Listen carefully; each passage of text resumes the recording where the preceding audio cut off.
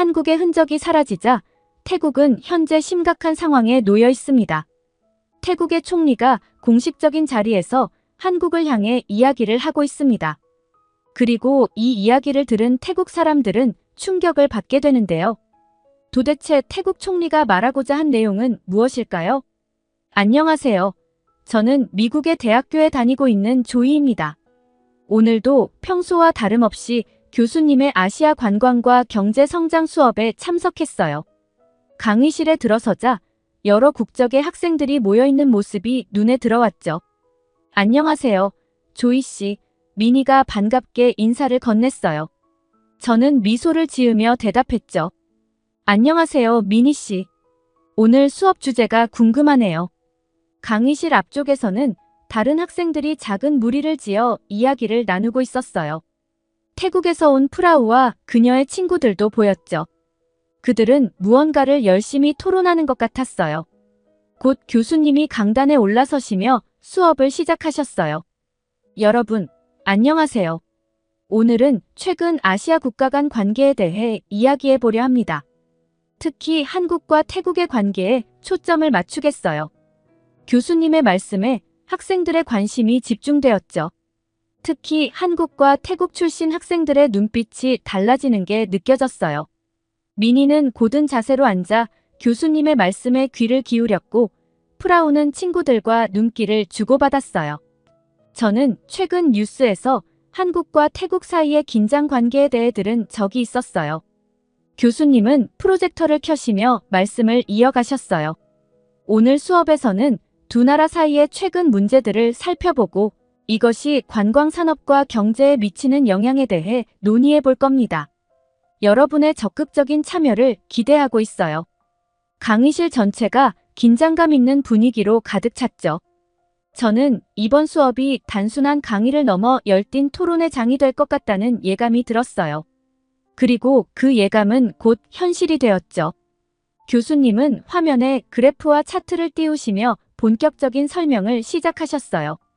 최근 한국과 태국 사이에 여러 가지 문제가 있었습니다.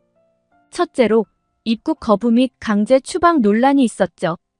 한국이 태국인들의 입국을 부당하게 거부하거나 강제 추방했다는 소문이 퍼졌어요. 이 말씀에 프라우와 그녀의 친구들이 서로 눈빛을 교환하는 것이 보였어요.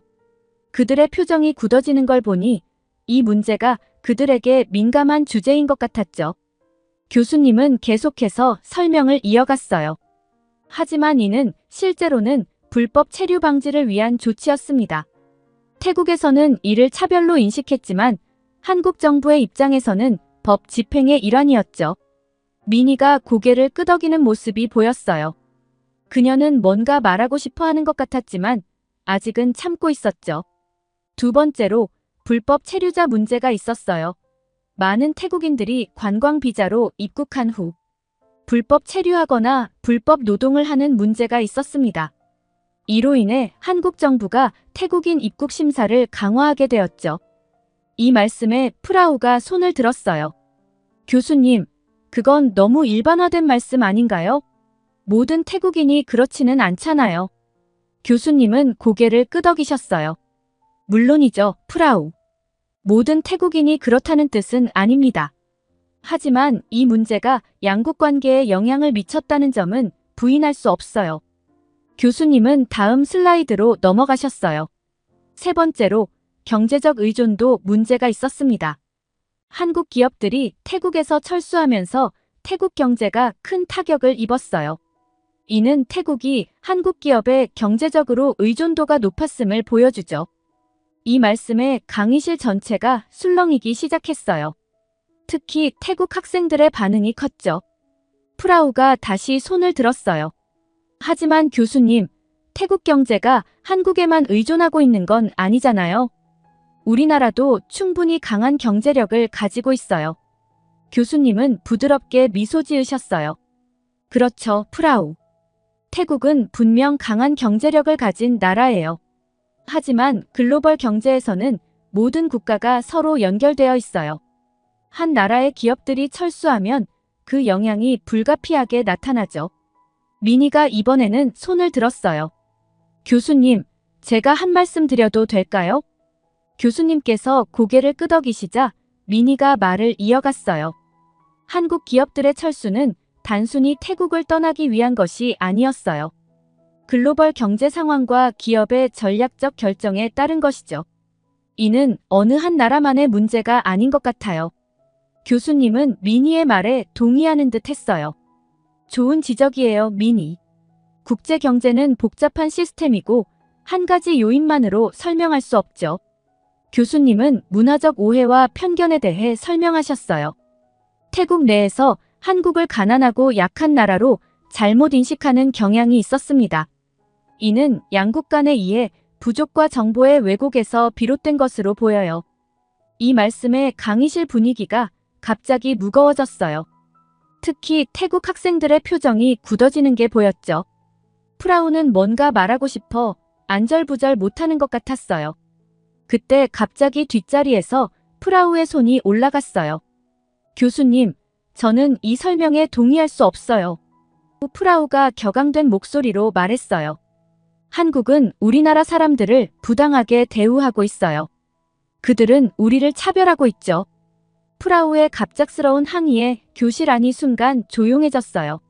저는 긴장된 분위기를 느끼며 미니를 바라보았죠. 미니는 침착한 표정을 유지하고 있었지만 눈빛이 흔들리는 게 보였어요. 교수님, 제 친구들이 한국에서 겪은 일들을 아세요? 그들은 단지 태국인이라는 이유로 불평등한 대우를 받았어요. 이게 어떻게 공정한 거죠? 강의실 안의 긴장감이 더욱 고조되었어요. 다른 학생들도 불편한 기색을 감추지 못했죠. 저는 이 상황이 어떻게 전개될지 걱정되기 시작했어요. 그때 미니가 차분하게 손을 들었어요. 교수님, 제가 한 말씀 드려도 될까요? 교수님께서 고개를 끄덕이셨고 미니는 계속 이야기했어요. 프라우 씨, 당신의 감정을 이해해요. 하지만 우리는 이 문제를 좀 더 넓은 시각에서 봐야 할 것 같아요. 한국 정부의 조치는 불법 체류를 방지하기 위한 것이었어요. 모든 나라가 자국의 법을 지키려 노력하는 것은 당연하죠. 또한 많은 한국 기업들이 태국에 투자하고 일자리를 창출했다는 점도 고려해야 해요. 미니는 차분하고 논리적으로 프라우의 주장을 하나씩 반박했어요. 저는 미니의 설득력 있는 발언에 감탄했죠. 물론 일부 불미스러운 사건들이 있었다는 것은 인정해요. 하지만 그것이 한국 전체의 태도를 대변하는 건 아니에요. 양국 간의 문제는 상호 이해와 존중을 통해 해결해 나가야 해요. 교수님이 다시 말씀하셨어요. 미니, 좋은 지적이에요. 국제관계에서는 항상 양면성이 존재하죠. 우리는 한쪽의 입장만을 고집하지 말고 서로의 입장을 이해하려 노력해야 해요. 프라우가 다시 입을 열었어요. 하지만 여전히 많은 태국인들이 한국에서 차별을 겪고 있다는 사실은 변하지 않아요. 이 문제에 대해 한국은 어떤 노력을 하고 있나요? 미니가 대답했어요. 한국 정부와 시민단체들이 이 문제를 해결하기 위해 노력하고 있어요. 다문화 이해 교육을 실시하고 외국인 노동자들의 권리를 보호하는 법안도 만들어지고 있죠. 물론 아직 부족한 점이 많지만 변화하려는 노력은 계속되고 있어요. 저는 이 대화를 들으며 국제관계의 복잡성을 실감했어요. 단순히 누가 옳고 그르다고 판단할 수 없는 문제라는 걸 깨달았죠. 그때 교수님께서 중재에 나서셨어요. 긴장된 분위기 속에서 교수님의 목소리가 차분하게 울려 퍼졌죠. 두 분 다 좋은 의견을 주셨어요. 하지만 이 문제를 더 큰 맥락에서 봐야 할 것 같습니다. 최근 태국의 한국 관광객이 줄어들면서 태국 경제가 큰 타격을 입었어요. 이는 양국 관계가 얼마나 밀접한지 보여주는 좋은 예시죠. 교수님은 프로젝터로 몇 가지 그래프를 보여주셨어요. 이 그래프를 보시면 2023년까지 한국 관광객 수가 꾸준히 증가하다가 2024년 이후 급격히 감소한 것을 볼 수 있습니다. 양국 간의 갈등이 한몫했죠. 그래프를 자세히 보니 2023년에는 약 180만 명의 한국 관광객이 태국을 방문했는데 2024년에는 그 수가 20만 명 정도로 급감했어요. 정말 놀라운 변화였죠. 교수님은 계속해서 설명하셨어요. 관광객 감소는 단순히 숫자의 문제가 아닙니다. 이는 태국 경제에 직접적인 영향을 미쳤어요. 특히 푸켓, 파타야 같은 주요 관광지에서 그 영향이 두드러졌죠. 그러면서 교수님은 또 다른 슬라이드를 보여주셨어요. 이번에는 태국의 GDP 성장률과 실업률 변화를 나타내는 그래프였죠. 보시다시피 태국 경제는 최근 큰 타격을 받았습니다. 이는 단순히 관광객 감소 때문만이 아니에요. 한국 기업들의 대규모 철수도 중요한 요인이었죠. 교수님이 설명을 이어가셨어요. 2023년까지 약 400개의 한국 기업이 태국에서 활발하게 운영되고 있었습니다. 하지만 2024년 그 수가 300개 이하로 급감했어요. 이는 25% 이상의 기업이 철수했다는 뜻이죠. 학생들 사이에서 놀란 탄성이 들렸어요. 저도 이 숫자를 보고 충격을 받았죠. 이런 대규모 철수는 태국 경제에 심각한 영향을 미쳤습니다. GDP 성장률을 보시면 2023년 2.4%였던 성장률이 2024년에는 마이너스 6.1%로 급락했어요. 실업률은 더 심각해서 1% 미만이던 것이 4% 이상으로 크게 증가했죠.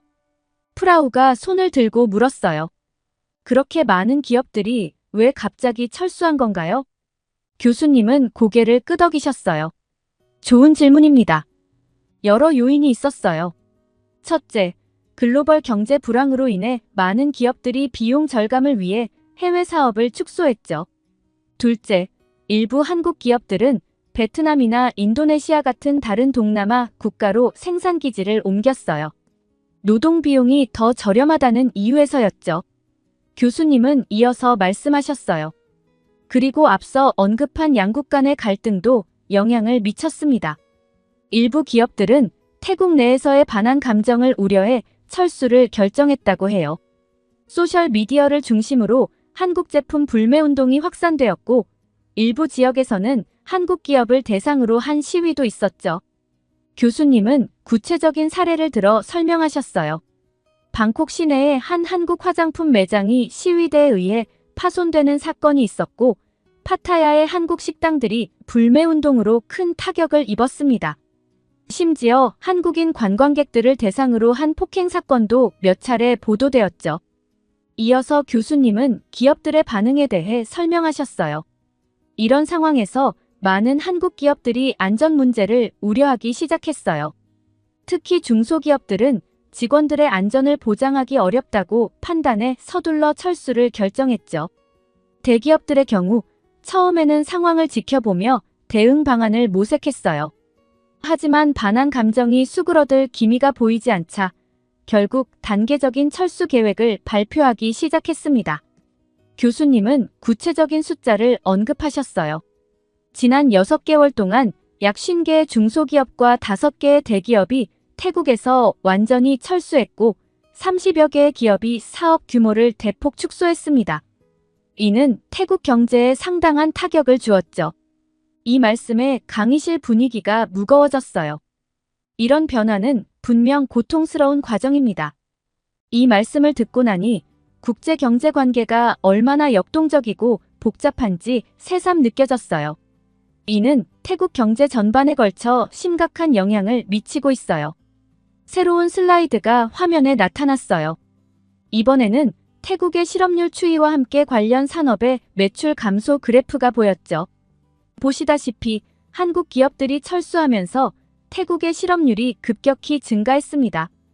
2023년 1% 미만이던 실업률이 2024년에는 4%를 넘어섰어요. 이는 약 120만 명의 태국인들이 일자리를 잃었다는 뜻이죠. 이 말에 프라우가 충격받은 표정을 지었어요. 그리고 이는 직접적인 실업만을 의미하는 게 아닙니다. 태국 내 한국 기업들과 거래하던 수많은 하청 업체들도 큰 타격을 입었어요. 다음 슬라이드에는 태국 중소기업들의 경영 상태를 보여주는 그래프가 있었어요. 한국 대기업들과 거래하던 태국의 중소기업들 중 약 40%가 심각한 경영난을 겪고 있습니다. 이들 중 일부는 이미 폐업을 했고 나머지도 대규모 감원을 진행 중이에요. 민희가 조심스럽게 질문했어요. 교수님, 그렇다면 태국 정부는 이 상황에 대해 어떤 대책을 마련하고 있나요? 교수님은 잠시 생각에 잠기셨다가 대답하셨어요. 태국 정부도 이 심각성을 인지하고 여러 대책을 내놓고 있습니다. 실직자들을 위한 긴급 지원금 지급, 중소기업 대출 지원 확대 등의 정책을 시행 중이에요. 하지만 이는 단기적인 해결책에 불과하죠. 저는 이 대화를 들으며 국제 경제의 연결성과 그 영향력의 크기를 실감했어요. 한 나라의 기업들이 철수하는 것이 다른 나라의 경제 전반에 이렇게 큰 파장을 일으킬 수 있다니 놀라웠죠. 교수님은 마지막으로 이렇게 말씀하셨어요. 이런 상황에서 우리가 배워야 할 점은 국가 간 경제 협력의 중요성과 동시에 지나친 의존의 위험성입니다. 앞으로 태국은 어떻게 경제 구조를 다각화하고 위기 대응 능력을 키워갈지 주목해 볼 필요가 있어요. 이처럼 한국은 태국에게 중요한 시장이에요. 그만큼 경제적으로 밀접하게 연결되어 있다는 뜻이죠. 그리고 교수님은 또 다른 측면을 언급하셨어요. 관광객 감소는 단순히 경제적 손실만을 의미하지 않아요. 이는 문화 교류의 감소도 의미합니다. 관광을 통해 서로의 문화를 이해하고 배우는 기회가 줄어든 거죠. 그러면서 교수님은 소셜미디어의 영향력에 대해서도 언급하셨어요. 최근에는 소셜미디어를 통해 정보가 빠르게 퍼지죠. 하지만 이런 플랫폼에서는 종종 자극적이거나 편향된 정보가 더 많이 공유됩니다. 이는 양국 간의 오해를 더 깊게 만들 수 있어요. 교수님은 프로젝터로 몇 가지 소셜미디어 게시물을 보여주셨어요. 한국과 태국에 대한 부정적인 내용들이었죠. 이런 게시물들이 바이럴하게 퍼지면서 서로에 대한 부정적인 인식이 빠르게 확산되고 있어요. 실제 상황과는 다른 과장되거나 왜곡된 정보들이 많죠. 학생들은 화면을 보며 놀란 표정을 지었어요. 저도 이런 게시물들을 본 적이 있어서 그 영향력의 심각성을 실감할 수 있었죠. 교수님은 계속해서 말씀하셨어요. 이런 상황에서 양국 간의 오해와 갈등은 더욱 깊어질 수 있어요. 직접적인 문화 교류가 줄어든 상태에서 온라인상의 부정적인 정보들만 접하게 되면 서로에 대한 편견이 강화될 수 있죠. 교수님의 설명이 끝나자 강의실 안에는 무거운 침묵이 흘렀어요. 학생들은 각자 자신이 본 소셜미디어 게시물들을 떠올리며 고개를 끄덕이고 있었죠. 그때 갑자기 태국 유학생 프라우가 손을 번쩍 들었어요. 교수님, 저는 이 설명에 동의할 수 없어요. 그녀의 목소리에는 분노가 묻어 있었죠. 한국 사람들이 태국에 대해 올린 게시물들은 너무 무례하고 모욕적이에요. 그들은 우리 문화를 전혀 이해하지 못하면서 비난만 하고 있어요. 이건 단순한 오해가 아니라 의도적인 비방이에요. 프라우의 갑작스러운 항의에 강의실 전체가 술렁이기 시작했어요.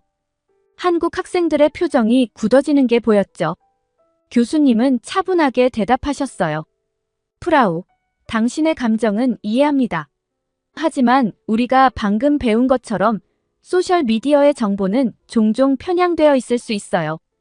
양국 모두에 문제가 있다는 걸 인정해야 합니다. 하지만 프라우는 멈추지 않았어요. 아니에요, 교수님. 한국은 태국을 무시하고 있어요. 우리나라 없이는 한국 경제가 무너질 거예요. 그들은 우리에게 의존하고 있다는 걸 모르는 것 같아요.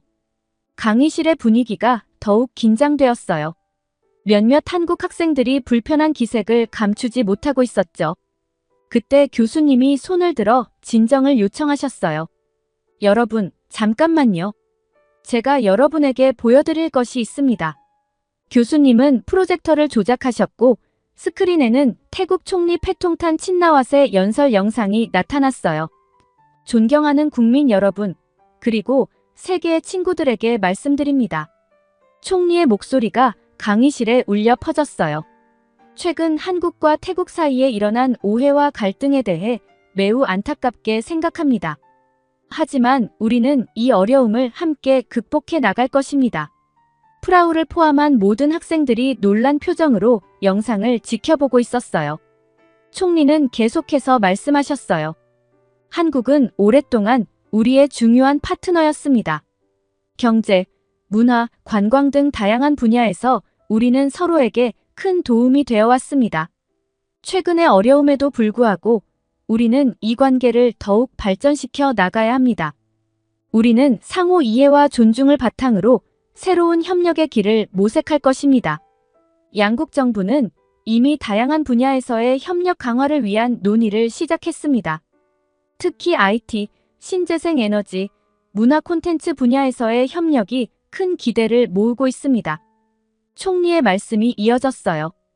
또한 우리는 양국 국민들 사이의 이해를 증진시키기 위해 문화 교류 프로그램을 대폭 확대할 계획입니다. 한국어 교육 지원, 한국문화원 설립, 그리고 양국 대학생들의 교환 학생 프로그램 확대 등이 포함됩니다. 국민 여러분, 그리고 한국의 친구들에게 부탁드립니다. 일시적인 오해와 갈등에 휘둘리지 말고 서로를 이해하고 존중하는 마음을 가져주시기 바랍니다. 우리가 함께 노력한다면 이 위기를 새로운 기회로 만들 수 있을 것입니다. 영상이 끝나고 강의실은 다시 조용해졌어요. 프라우의 얼굴이 붉어졌고 그녀는 더 이상 아무 말도 하지 못했어요. 교수님이 부드럽게 말씀하셨어요. 여러분, 이것이 바로 국제관계의 현실입니다. 때로는 갈등이 있지만 결국 우리는 서로 협력하며 나아가야 해요. 총리의 말씀처럼 이 위기를 새로운 기회로 만들 수 있을 거예요. 미니가 조심스럽게 손을 들었어요. 교수님, 이런 노력들이 실제로 효과가 있을까요? 교수님은 미소를 지으셨어요. 좋은 질문이에요, 미니. 효과는 즉시 나타나지 않을 수 있어요.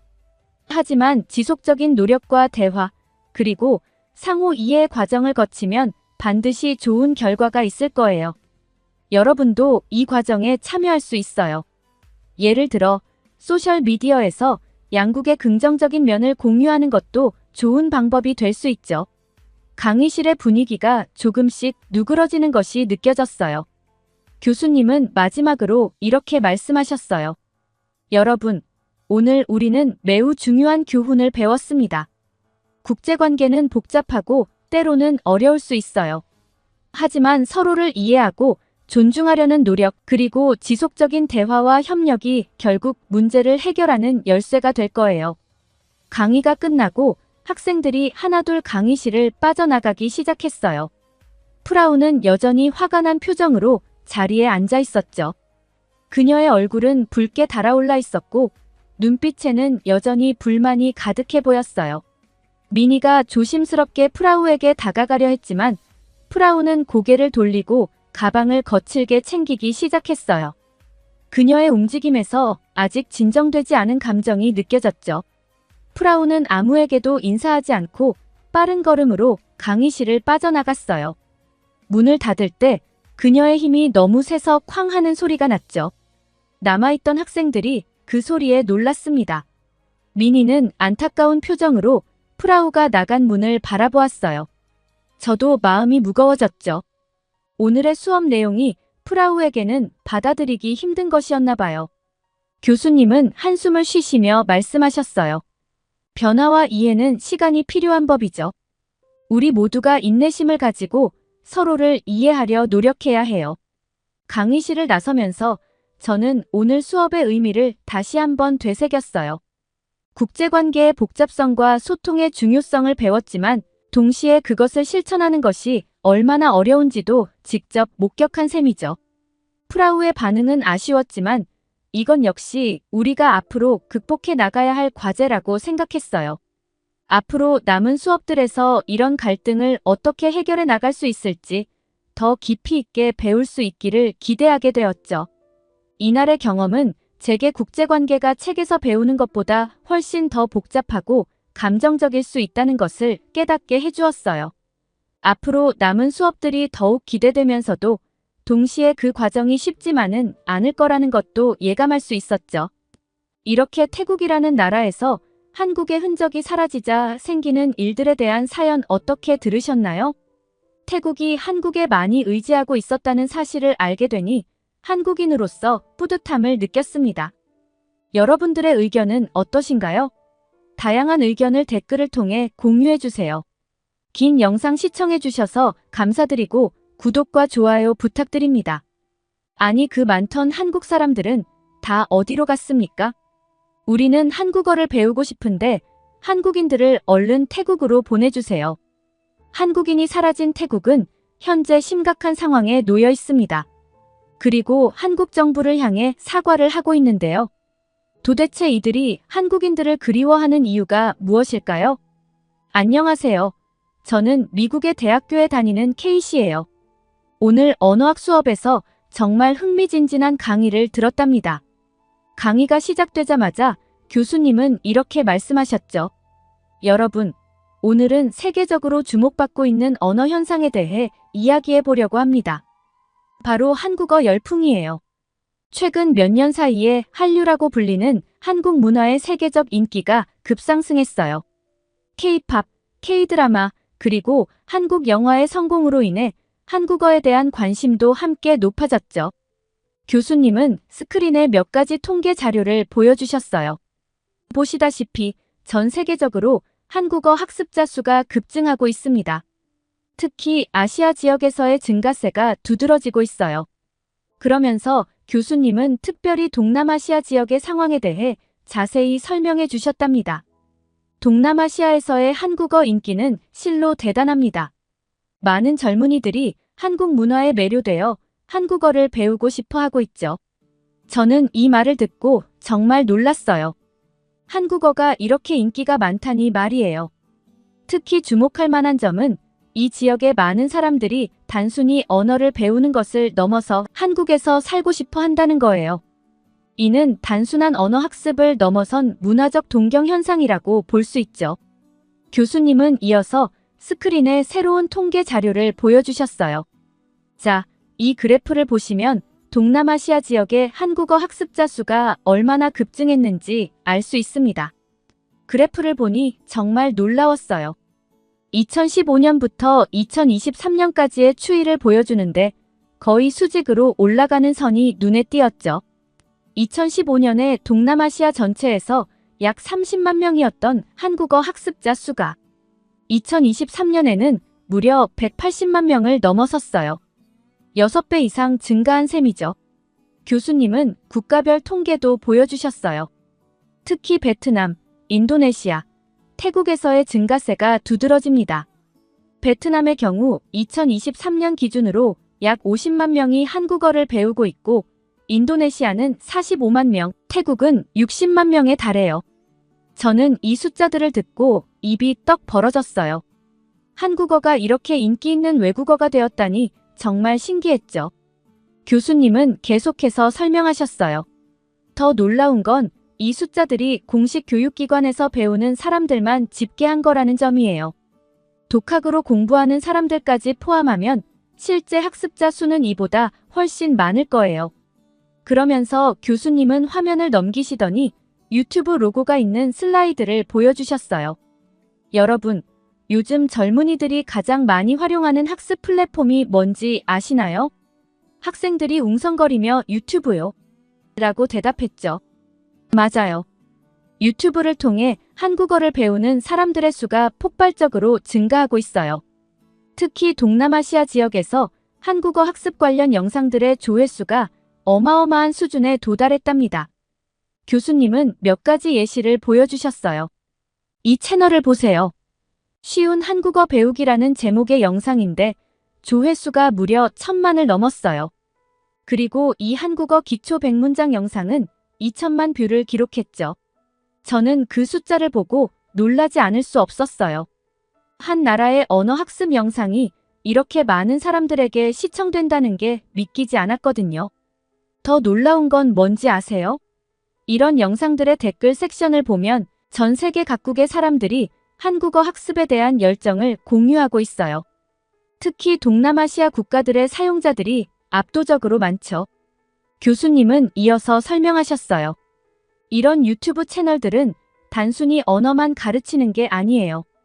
한국 문화, 음식, 생활 방식 등도 함께 소개하면서 종합적인 문화 교육의 장이 되고 있죠. 이게 바로 한국어 학습이 단순한 언어 습득을 넘어 문화적 현상이 되고 있다는 증거예요. 저는 이 말을 듣고 고개를 끄덕였어요. 제 주변에도 K-팝이나 K-드라마를 좋아해서 한국어를 배우기 시작한 친구들이 몇 명 있거든요. 이런 온라인 학습 트렌드는 앞으로도 계속 성장할 겁니다. 공식 통계에 잡히지 않는 이런 비공식적 학습자들까지 포함하면 실제 한국어 학습자의 수는 우리가 상상하는 것보다 훨씬 더 많을 거예요. 교수님은 잠시 숨을 고르시더니 표정이 조금 심각해지셨어요. 하지만 이런 폭발적인 수요 증가에 따른 심각한 문제가 하나 있습니다. 저는 궁금해서 손을 들고 물었어요. 무슨 문제인가요, 교수님? 바로 한국어를 가르칠 수 있는 교사가 턱없이 부족하다는 거예요. 특히 동남아시아 지역에서 이 문제가 심각합니다. 교수님은 다시 통계 자료를 보여주셨어요. 보시다시피 동남아시아 전역에서 한국어 학습자 수는 급증했지만 자격을 갖춘 한국어 교사의 수는 그에 미치지 못하고 있어요. 그래프를 보니 정말 그랬어요.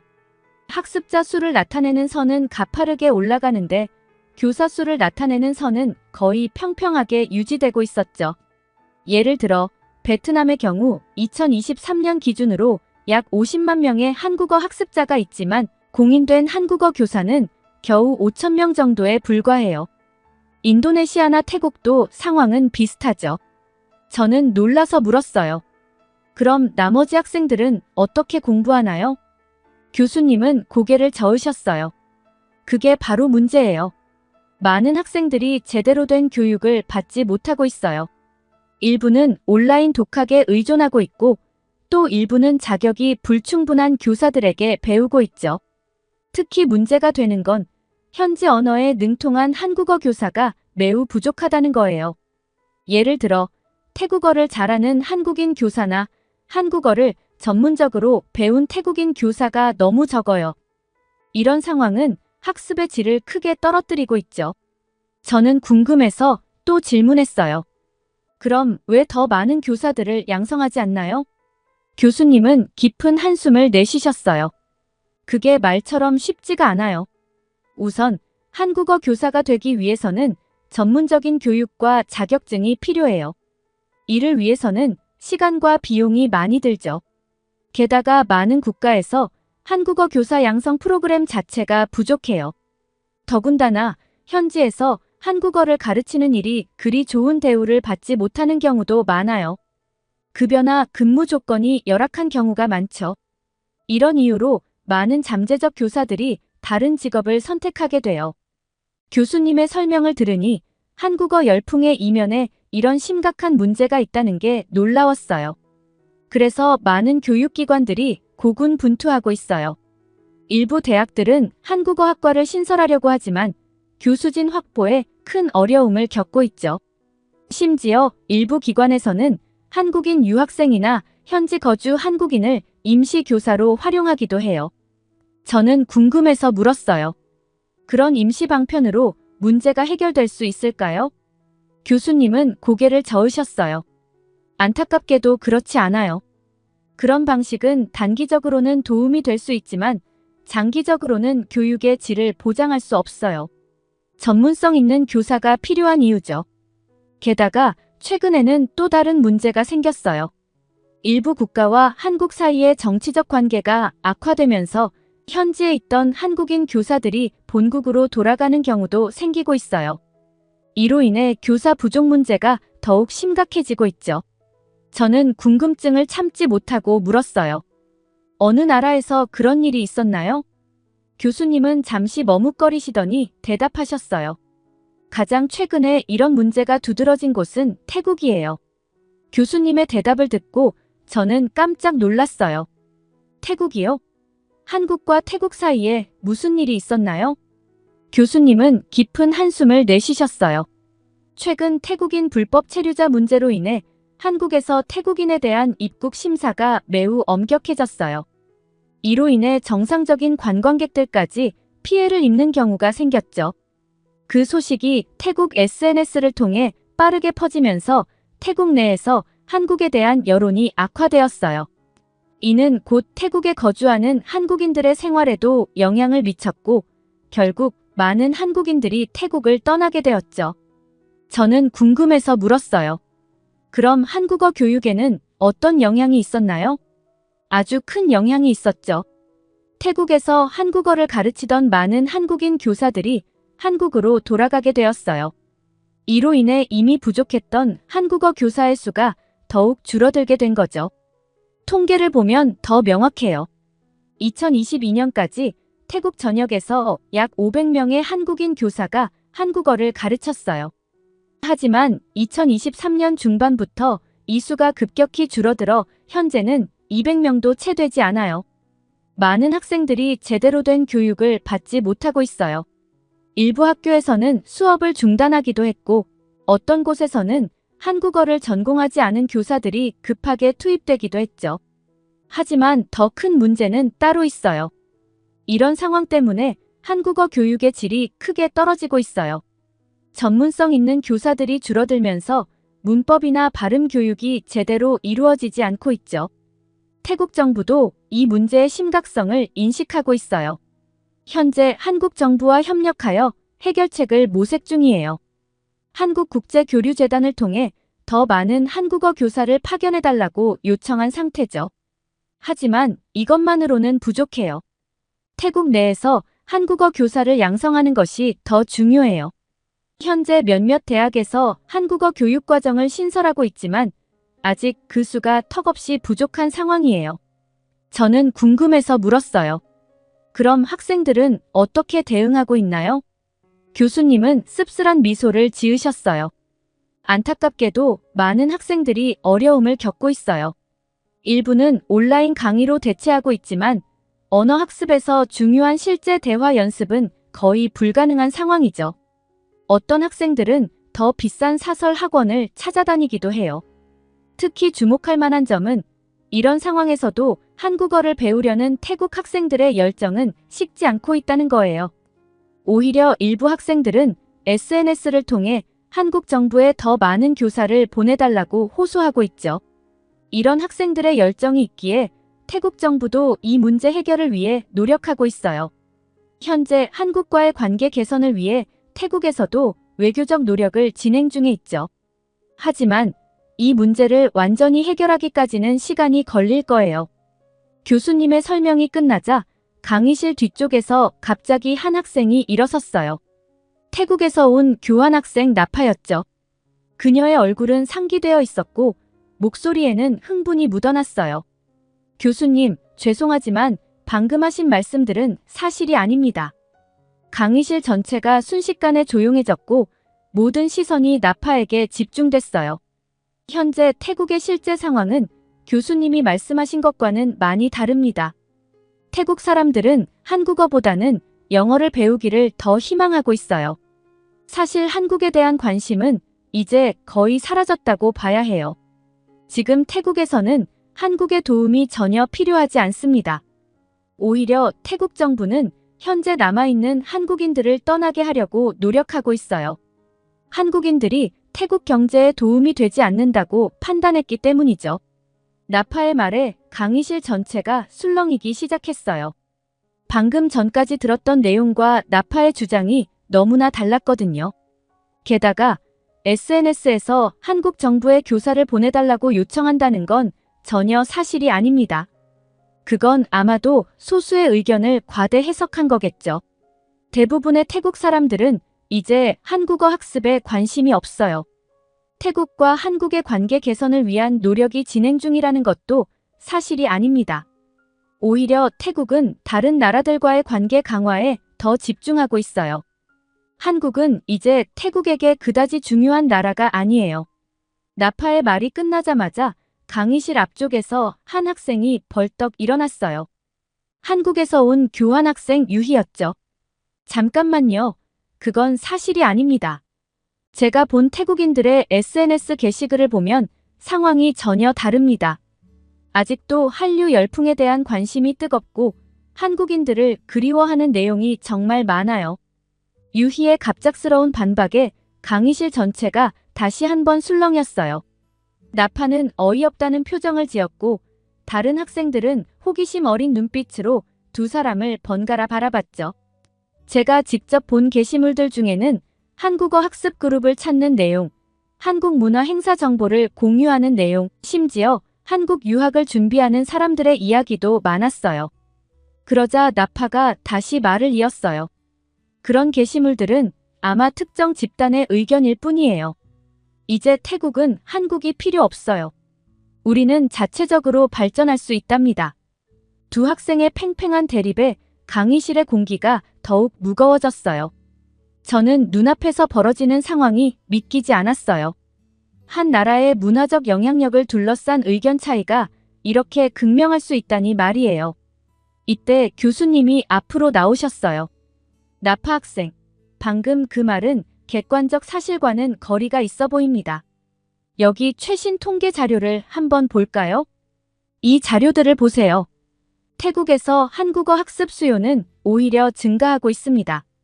특히 주목할 만한 점은 한국어 교사가 부족해진 이후의 변화예요.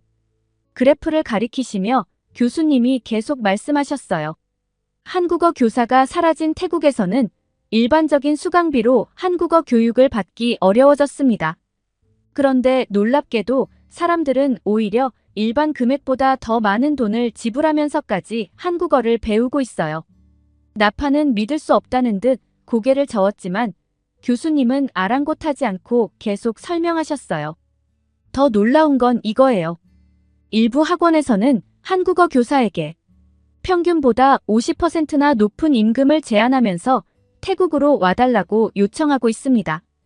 이는 한국어 교육에 대한 수요가 얼마나 높은지를 잘 보여주는 증거죠. 교수님은 다음 슬라이드로 넘어가셨어요. 이번엔 SNS 게시물들의 스크린샷이 보였죠. 그리고 이것 보세요.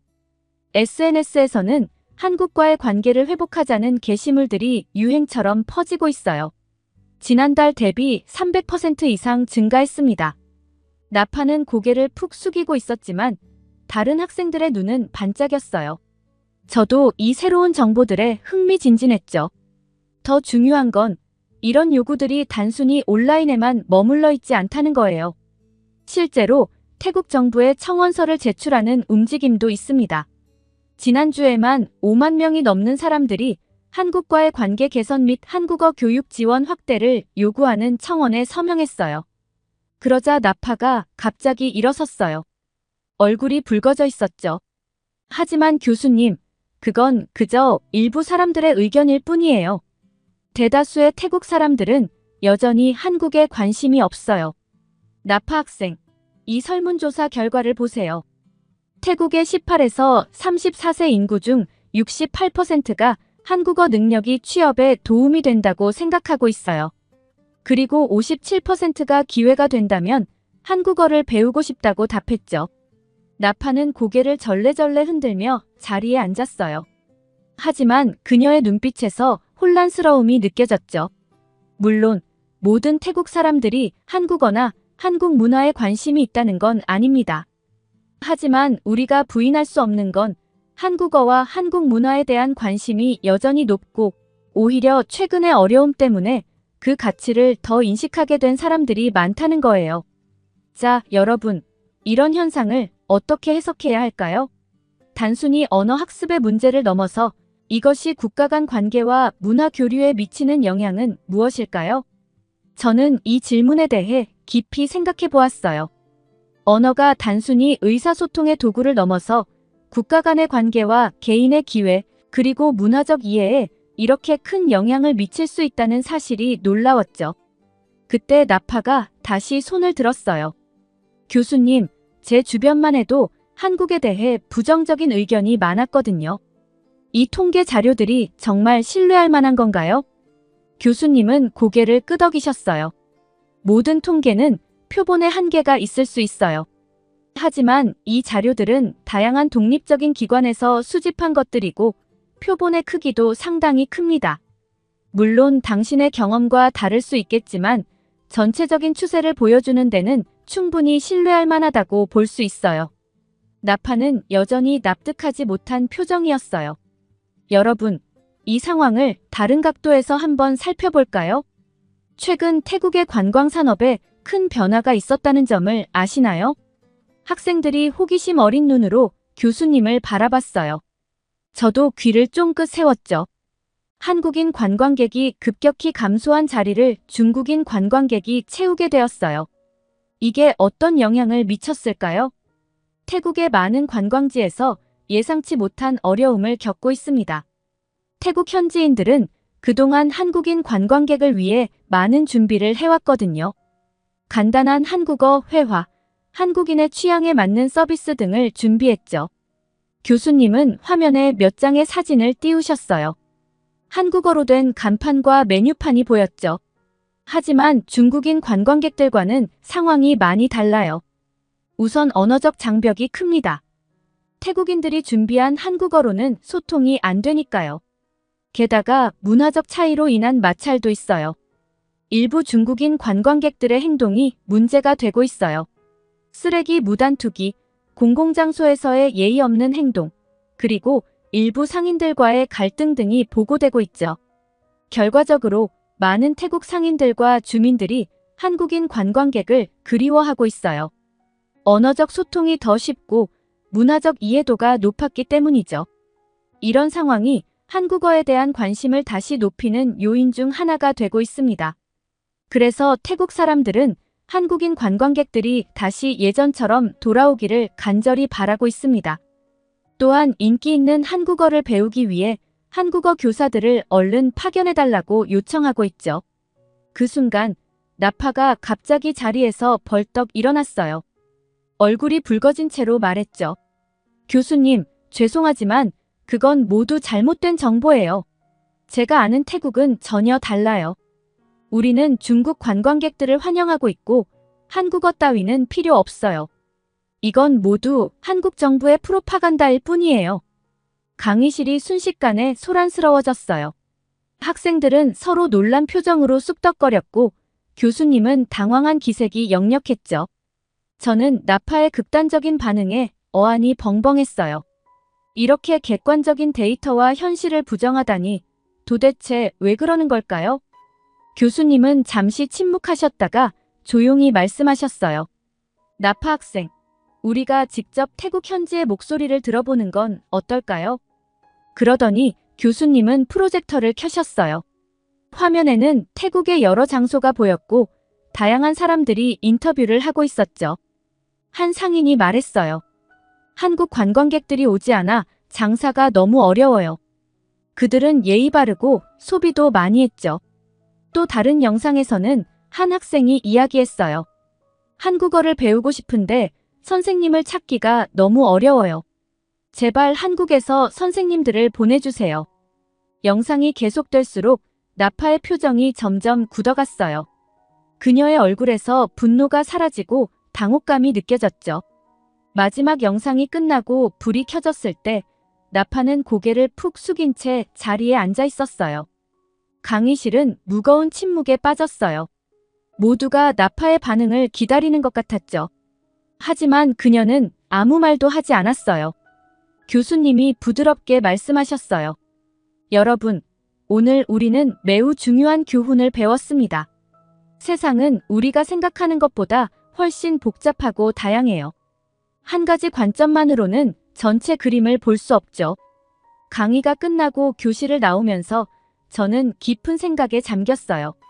언어가 단순히 의사소통의 도구를 넘어 문화, 경제, 그리고 국제관계에 이렇게 큰 영향을 미친다는 사실이 놀라웠어요. 또한 우리가 얼마나 쉽게 자신의 제한된 경험을 전체의 진실이라고 믿어버리는지도 깨닫게 되었습니다. 이렇게 한국인들이 태국에서 사라지게 되자 한국어를 배우지 못해 큰 어려움을 겪고 있는 태국인들에 대한 사연 어떻게 들으셨나요? 한국어의 인기가 높은 줄은 알고 있었지만 이렇게 한국어 교사가 턱없이 부족할 정도일 줄은 몰랐고 한국어를 배우기 위해 한국인들을 그리워하고 있는 상황을 보니 한글이 정말 대단하다고 느꼈습니다. 여러분들의 의견은 어떠신가요? 다양한 의견을 댓글을 통해 공유해주세요. 긴 영상 시청해주셔서 감사드리고 구독과 좋아요 부탁드립니다. 태국의 어느 한 여성이 한국행 비행기를 타게 됩니다. 그 여성은 병원을 방문하기 위해 한국으로 오게 됐는데요. 현재 태국인 입국 심사가 강화된 한국에서 큰 문제를 겪게 됩니다. 그녀는 태국에서 처방받은 약을 챙겨오지 못한 상태로 입국 심사를 대기하고 있는데요. 하지만 곧 충격적인 사건이 발생하게 되고 태국 여성은 눈물을 흘리고 맙니다. 도대체 입국 심사 과정에서 어떤 일이 있었던 걸까요? 안녕하세요. 저는 태국에 사는 완다라고 합니다. 제 인생에 큰 변화가 찾아온 그날, 저는 오랜 친구 나리사와 함께 방콕의 쇼핑몰에서 즐거운 시간을 보내고 있었어요. 우리는 새로 나온 옷들을 구경하며 이야기꽃을 피우고 있었죠. 그런데 갑자기 배에서 극심한 통증이 느껴졌습니다. 처음에는 그저 체한 걸거라 생각했어요. 하지만 시간이 지날수록 통증은 더욱 심해졌고 결국 나리사의 도움을 받아 근처 병원 응급실로 향했습니다. 병원에 도착해서 여러 가지 검사를 받았어요. 의사 선생님은 심각한 표정으로 저와 부모님을 진료실로 불렀습니다. 그리고 저희가 듣게 된 소식은 충격 그 자체였죠. 완다 씨, 유감스럽게도 위암 말기입니다. 이미 다른 장기로 전이가 진행된 상태라 완치는 어려울 것 같습니다. 그 순간 저는 세상이 무너지는 것 같았어요. 겨우 28살인데 이제 제 인생은 끝난 걸까요? 어머니는 그 자리에서 오열하셨고 아버지는 멍한 표정으로 서 계셨습니다. 저는 눈물도 나오지 않았어요. 그저 모든 게 꿈이길 바랐죠. 의사 선생님은 태국에서는 더 이상의 치료가 어렵다고 말씀하셨어요. 집에 돌아와 우리 가족은 깊은 절망에 빠졌습니다. 그때 나리사가 찾아왔어요. 그녀는 제 손을 꼭 잡더니 말했죠. 완다. 우리 해외에서 치료받아 보는 건 어때? 다른 나라에는 더 좋은 치료법이 있을지도 몰라. 나리사의 제안에 저희 가족은 작은 희망을 품게 되었어요. 우리는 밤새 인터넷을 뒤지며 암 치료로 유명한 병원들을 찾아보았습니다. 미국의 메이오, 클리닉, 독일의 샤리테 병원 등 세계적으로 유명한 병원들이 많이 있더라고요. 하지만 그런 병원들의 치료비는 상상을 초월할 정도로 비쌌어요. 그러던 중 우연히 한국의 암치료 성과에 대한 기사를 발견했습니다. 한국은 의료 기술이 뛰어나면서도 다른 선진국들에 비해 비용이 상대적으로 저렴하다고 하더라고요. 한국이 정말 의료 선진국일까? 하는 의구심도 들었죠. 하지만 더 자세히 알아볼수록 한국의 의료 시스템이 생각보다 훨씬 발전되어 있다는 걸 알게 되었어요. 특히 암치료 분야에서 세계적인 수준이라는 평가를 받고 있더라고요. 결국 우리 가족은 한국행을 결정했습니다. 비용 면에서도 가장 현실적인 선택이었고 의료기술에 대한 신뢰도 생겼어요. 물론 여전히 불안한 마음이 있었지만 이것이 제게 주어진 마지막 기회일지도 모른다는 생각에 용기를 내기로 했죠. 한국행을 결정하고 나서 저는 매일 밤 기도했어요. 제발 좋은 결과가 있기를 하고요. 부모님은 저를 위해 한국에 대해 열심히 공부하셨죠. 한국어 인사말도 배우고 한국 문화에 대해서도 알아보셨어요. 그런 부모님을 보며 저 역시 희망을 놓지 않으려 노력했습니다. 이제 며칠 후면 한국으로 떠나게 됩니다. 두렵기도 하지만 한편으로는 기대되기도 해요. 이 여정이 어떻게 될지는 모르겠지만 최선을 다해 건강을 되찾고 돌아오겠다고 다짐했습니다. 한국에서의 치료가 제게 새로운 삶을 선물해 주기를 간절히 바라고 있어요. 이것이 제 인생의 전환점이 될 거라고 믿습니다. 한국행을 결정했지만 곧 예상치 못한 문제에 부딪히게 되었어요.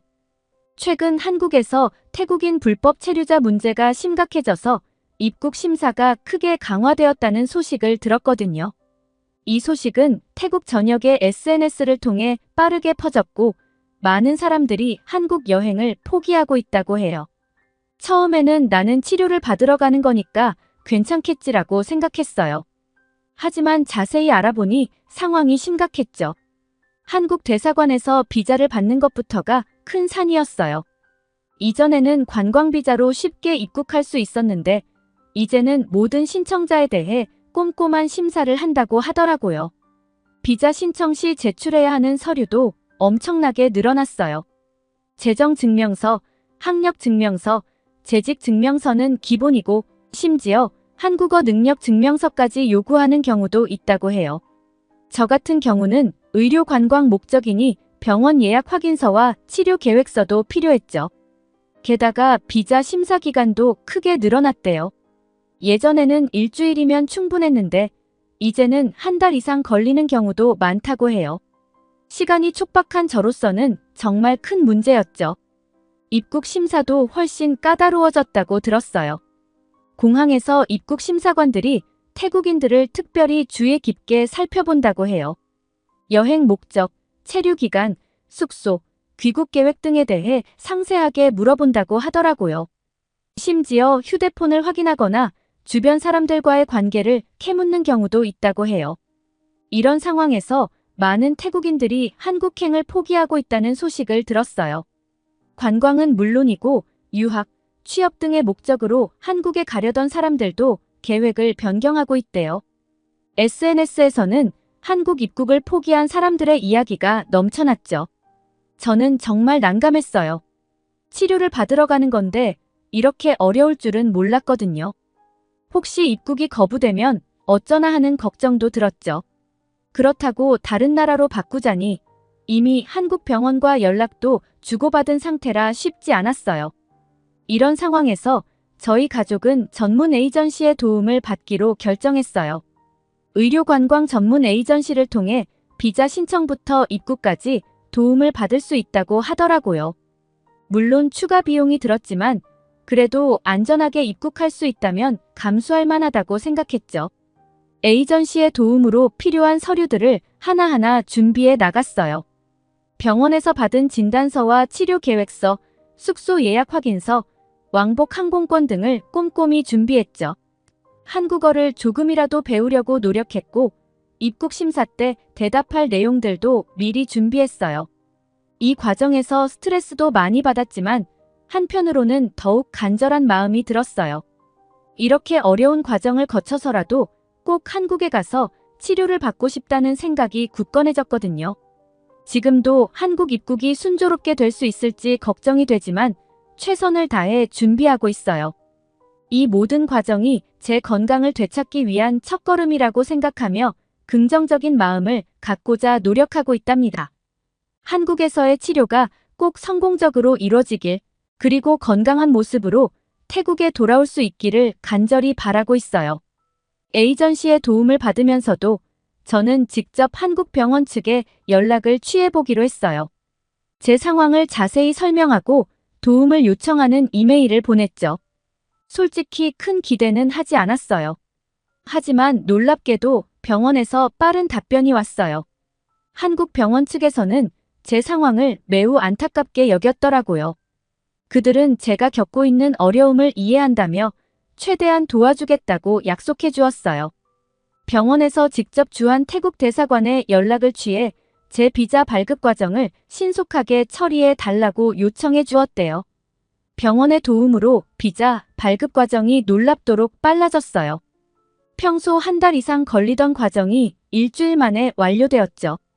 게다가 병원에서 제공한 상세한 치료 계획서 덕분에 비자 심사도 순조롭게 통과할 수 있었어요. 비자를 받고 나니 마음이 한결 가벼워졌어요. 이제 한국행 비행기를 탈 수 있다는 생각에 설레기 시작했죠. 출국 전날 가족들과 함께 작은 송별회를 가졌어요. 아버지는 한국행을 가지 않고 보호자로 어머니만 따라오셨죠. 나리사는 꼭 건강해져서 돌아오라며 격려해 주었어요. 드디어 출국 당일, 저는 방콕 수완나품 공항에 도착했어요. 체크인을 마치고 출국장으로 향하는 순간 가슴이 뭉클해졌어요. 이제 정말 한국에 가는구나 하는 실감이 났죠. 비행기에 올라타고 자리에 앉았을 때 처음으로 안도의 한숨을 쉴 수 있었어요. 창밖으로 보이는 구름들을 바라보며 앞으로의 치료 과정에 대해 생각했죠. 불안함도 있었지만 희망이 더 컸어요. 하지만 한국에 도착하자마자 저희는 예상치 못한 상황에 직면했어요. 인천공항 입국장에 들어서니 긴 줄이 눈에 들어왔죠. 입국 심사가 매우 강화되어 모든 외국인들이 꼼꼼한 검사를 받고 있었어요. 저희 차례가 되었을 때 심사관은 저희의 서류를 하나하나 꼼꼼히 살펴보기 시작했어요. 비자, 병원 예약 확인서, 숙소 예약 증명서 등을 꼼꼼히 확인하더라고요.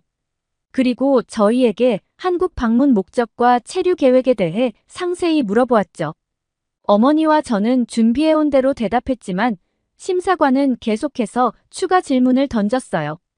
왜 한국에서 치료를 받기로 했는지, 치료 비용은 어떻게 마련했는지, 치료 후 계획은 무엇인지 등 정말 다양한 질문이었죠. 시간이 점점 흐르면서 저는 초조해지기 시작했어요. 태국 병원에서 처방받은 약을 먹을 시간이 다가오고 있었거든요. 그런데 그때 갑자기 깨달았어요. 약을 가방에 넣지 않았다는 걸요. 어머니께 물어보니 어머니도 약을 챙기지 않으셨대요. 순간 패닉에 빠졌어요. 그 약은 제 상태를 안정시키는 중요한 약이었거든요. 어떻게 해야 할지 몰라 당황하고 있을 때 어머니가 용기를 내어 심사관에게 말을 걸었어요. 스마트폰의 번역기 앱을 사용해 상황을 설명하려 노력했죠. 죄송합니다. 제 딸이 암 환자인데 중요한 약을 잊고 왔어요. 지금 먹어야 할 시간인데 어떻게 해야 할지 모르겠어요. 처음에는 심사관이 못 알아들은 것 같았어요. 하지만 어머니가 계속해서 설명하자 심사관의 표정이 바뀌기 시작했어요. 그는 잠시 생각하더니 저희에게 잠시 기다려달라고 했죠. 그리고는 제가 치료받기로 한 병원에 직접 전화를 걸었어요. 저는 그 모습을 보며 놀라움을 감출 수 없었죠. 심사관은 병원 측의 상황을 설명하고 제가 필요한 약에 대한 정보를 요청했어요. 병원에서는 빠르게 필요한 약의 정보를 알려주었고 심사관은 즉시 인천공항 인근의 약국에 연락을 취했어요. 그리고 놀랍게도 직접 약국에 가서 임시로 먹을 수 있는 약을 가져다 주겠다고 하더라고요. 저와 어머니는 그 친절함에 눈물이 났어요. 이런 상황에서 이렇게까지 도와주리라고는 상상도 못했거든요. 심사관은 빠르게 약을 가지고 돌아와 저희에게 건네주었어요. 힘든 여정이었을 텐데 약까지 깜빡하셨군요. 앞으로의 치료가 잘 되길 바랍니다.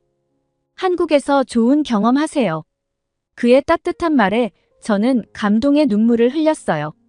이런 친절과 배려를 받으리라고는 전혀 예상하지 못했거든요.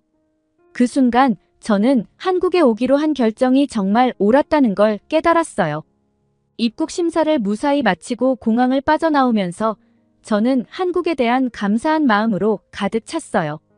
아직 치료도 시작하지 않았는데 벌써 이렇게 따뜻한 환대를 받다니 정말 놀라웠죠. 어머니도 눈시울을 붉히시며 말씀하셨어요. 완다. 우리가 한국에 오기를 정말 잘한 것 같아. 이렇게 친절한 나라에서 너는 분명 좋은 치료를 받을 수 있을 거야. 저는 고개를 끄덕이며 대답했어요. 네, 저도 그렇게 믿어요. 이제 정말 희망이 생겼어요. 공항을 나서며 저는 마음속으로 다짐했어요.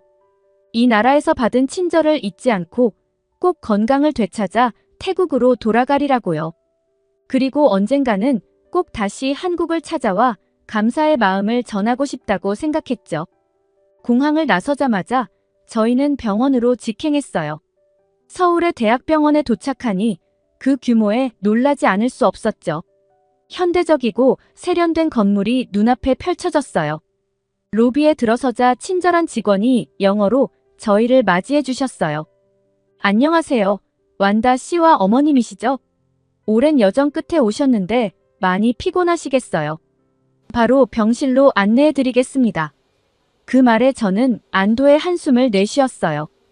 언어 때문에 걱정했는데 영어로 소통할 수 있다니 정말 다행이었죠. 병실에 들어서자 저희 둘 다 놀라움을 감출 수 없었어요. 5성급 호텔 객실 같았거든요. 넓고 깨끗한 공간, 편안해 보이는 전동 침대, 대형 TV, 심지어 냉장고까지 있었어요. 창밖으로 보이는 서울의 전경도 아름다웠죠. 와, 엄마. 이게 정말 병실이에요? 너무 좋아요. 어머니도 기쁜 표정으로 고개를 끄덕이셨어요. 얼마 지나지 않아 담당 의사 선생님이 오셨어요. 그는 유창한 영어로 자신을 소개하셨죠. 안녕하세요, 완다 씨. 저는 담당 의사입니다. 먼저 먼 길 오느라 고생 많으셨어요. 이제부터 제가 완다 씨의 치료를 전담하게 될 겁니다. 궁금한 점이 있으면 언제든 물어보세요. 선생님은 제 상태에 대해 꼼꼼히 물어보셨고 앞으로의 검사와 치료 계획에 대해 상세히 설명해 주셨어요. 그의 전문적이고 친절한 태도에 저는 점점 안심이 되기 시작했죠. 다음 날부터 본격적인 정밀 검사가 시작되었어요. 먼저 CT 촬영을 했는데 검사실에 들어서자 최첨단 장비가 눈에 들어왔어요. 방사선사 선생님이 제게 다가와 부드럽게 말씀하셨죠. 완다 씨, 이 장비는 저선량 CT예요. 방사선 노출을 최소화하면서도 정확한 영상을 얻을 수 있어요. 편하게 누워 계세요. MRI 검사도 이어졌어요. 좁은 공간에 들어가야 한다는 걸 알고 조금 긴장했는데 간호사 선생님이 제 손을 잡아주시며 안심시켜 주셨어요. 괜찮아요, 완다 씨. 제가 옆에서 계속 지켜볼 거예요. 불편하면 언제든 말씀해 주세요. 그 따뜻한 손길에 저는 눈물이 날 것 같았어요. 이런 세심한 배려를 받아본 적이 없었거든요. PET-CT 검사도 진행되었는데 이 검사에 대해 처음 들어봐서 조금 무서웠어요. 하지만 의료진들이 상세히 설명해 주셔서 안심할 수 있었죠. 이 검사는 암세포의 활동을 정확히 파악할 수 있어요. 완다 씨의 상태를 더 정확히 알 수 있게 해줄 거예요. 모든 검사가 끝나고 결과를 기다리는 동안 간호사 선생님들이 수시로 병실을 방문해 제 상태를 체크하고 불편한 점은 없는지 물어봐 주셨어요. 심지어 태국 음식이 그립지 않냐며 병원 근처 태국 식당 정보도 알려주셨죠. 며칠 뒤 의사 선생님께서 병실로 들어오셨습니다. 완다 씨, 드릴 말씀이 있습니다. 정밀 검사 결과가 나왔는데 태국에서 받으신 진단과는 많이 다르네요. 저와 어머니는 긴장된 표정으로 선생님의 말씀을 기다렸어요. 다행히 암이 말기 단계는 아닙니다. 오히려 초기에 가깝습니다. 태국에서 보인 영상에서 암처럼 보였던 부분은 사실 양성 종양이었어요. PET-CT 검사 결과 다른 장기로의 전이도 발견되지 않았습니다. 그 말을 듣는 순간 저는 얼떨떨했어요. 눈물이 왈칵 쏟아졌죠. 어머니는 저를 꼭 안아주셨어요. 어떻게 이런 일이? 선생님은 부드럽게 설명을 이어갔어요. 태국에서는 내시경 조직 검사만으로 진단을 내렸을 가능성이 큽니다. 하지만 조직 검사만으로는 정확한 진단을 내리기 어려워요. 우리 병원에서는 여러 가지 검사를 종합적으로 분석해 진단을 내립니다. CT, MRI, PET-CT, 그리고 정밀한 조직 검사까지요.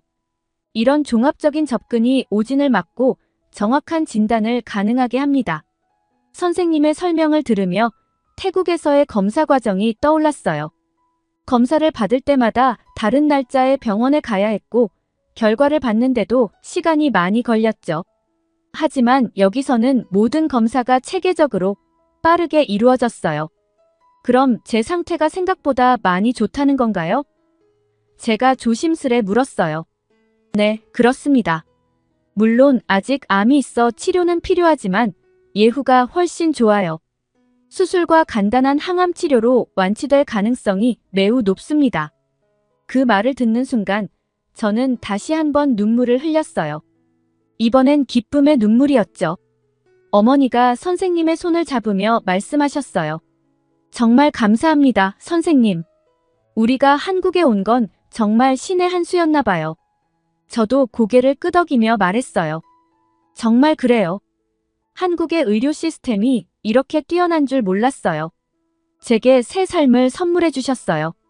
선생님은 겸손하게 미소 지으셨어요. 저희는 그저 우리의 일을 한 것뿐입니다. 앞으로의 치료 과정도 함께 잘 이겨내 보아요. 수술 날짜가 다가오자 긴장되기 시작했어요. 하지만 의료진들의 꾸준한 관심과 격려 덕분에 마음을 다잡을 수 있었죠. 수술 전날 선생님이 직접 병실에 오셔서 수술 과정을 자세히 설명해 주셨어요. 완다 씨, 내일 수술은 다빈치 로봇 수술로 진행할 예정입니다. 이 방법은 절개 부위가 작아 회복이 빠르고 흉터도 거의 남지 않아요. 선생님의 설명을 들으며 조금씩 안심이 되었어요. 간호사 선생님들도 수시로 들러 제 상태를 체크하고 불안한 마음을 달래주셨죠. 걱정 마세요, 완다 씨. 우리 병원 의료진들이 최선을 다해 도와드릴 거예요. 수술 후에도 저희가 계속 곁에서 간호해 드릴 테니까요. 수술 당일 아침, 제가 떨고 있자 마취과 선생님이 다가와 제 손을 잡아주셨어요. 완다 씨, 제가 수술 내내 옆에서 지켜볼 거예요. 편안하게 잠드세요. 그 따뜻한 말 한마디에 마음이 한결 가벼워졌어요. 수술실에 들어서자 현대적인 장비들이 눈에 들어왔어요. 로봇 수술 시스템이 대기하고 있었죠. 집도의 선생님이 환하게 웃으며 인사하셨어요. 완다 씨, 걱정 마세요. 이 로봇과 제가 함께 완다 씨를 도와드리겠습니다. 마취에서 깨어났을 때 제일 먼저 본 건 어머니의 안도한 얼굴이었어요. 선생님이 들어오셔서 기쁜 소식을 전해주셨죠. 수술이 무사히 끝났습니다. 예상보다 상태가 좋아서 암 조직을 깨끗이 제거할 수 있었어요. 회복 과정에서도 의료진들의 세심한 배려가 이어졌어요. 통증 관리를 위해 수시로 방문해 주셨고 영양사 선생님은 매일 와서 식단에 대해 상담해 주셨죠. 물리치료사 선생님은 매일 와서 재활 운동을 도와주셨는데 항상 밝은 미소로 저를 격려해 주셨죠. 완다 씨, 정말 빠르게 회복하고 계세요. 이대로만 하면 곧 퇴원하실 수 있을 거예요. 이런 따뜻한 관심과 전문적인 케어 덕분에 저는 예상보다 빠르게 회복될 수 있었어요. 수술 후 2주 만에 퇴원할 수 있게 되었죠. 퇴원하는 날, 병동의 모든 의료진이 나와서 저를 배웅해 주셨어요. 선생님은 제 손을 꼭 잡으며 말씀하셨죠. 완다 씨, 정말 잘 해내셨어요. 앞으로도 정기검진 잊지 마세요. 우리가 계속 완다 씨의 건강을 지켜드리겠습니다.